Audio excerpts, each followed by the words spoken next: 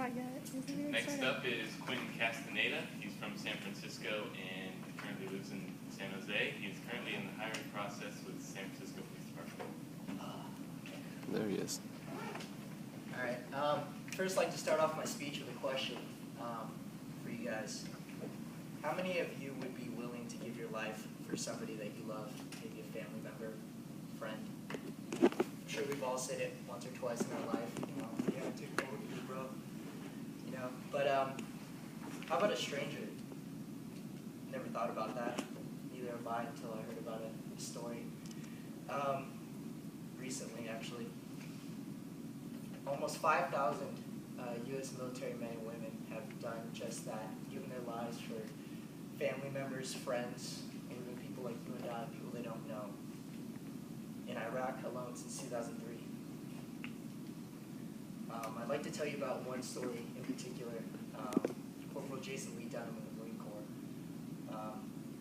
Something that means a lot to me. I'd like to tell you a little bit about him, the circumstances surrounding his death, and also why it means so much to me. Jason Dunham was born in Seo, New York in 1981, November 10th, coincidentally the same day as the birth of the Marine Corps. So I guess you could kind of say it was fate that he joined. He lived a fairly simple early life, grew up in Seo with his family, 2 brothers and a sister.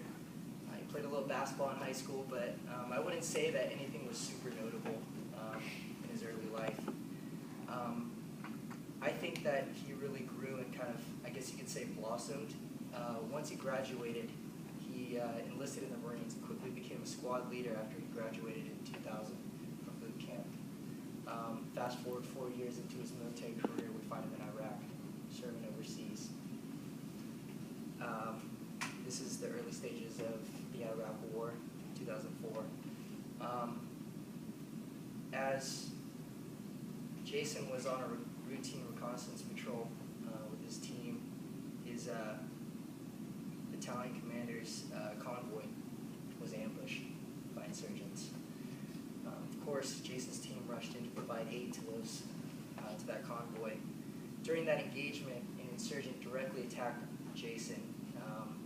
He engaged with hand-to-hand combat with that insurgent.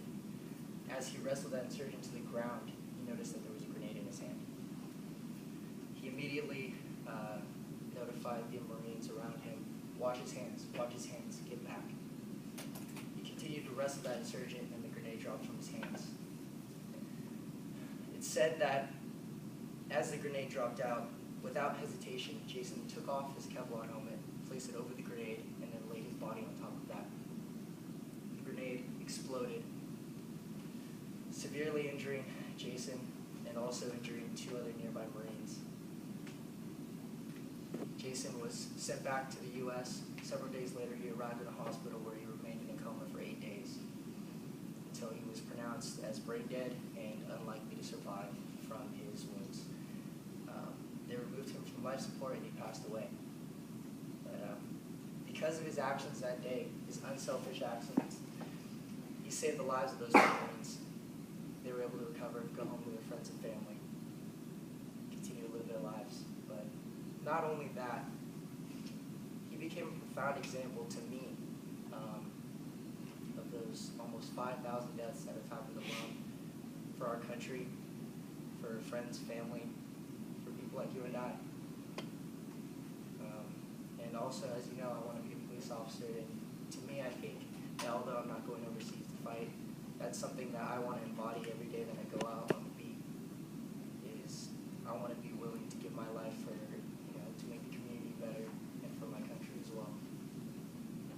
And I want to kind of end this with a quote by Joan of Arc. And it's, "I'm not afraid because I was made for this." I want you to think of the people every day. You may not know somebody personally, but some of us have friends or family who are in the military. I'd like you to think of those people who go out every single day and risk their lives for our country and for us. People like Jason Lee Dunham.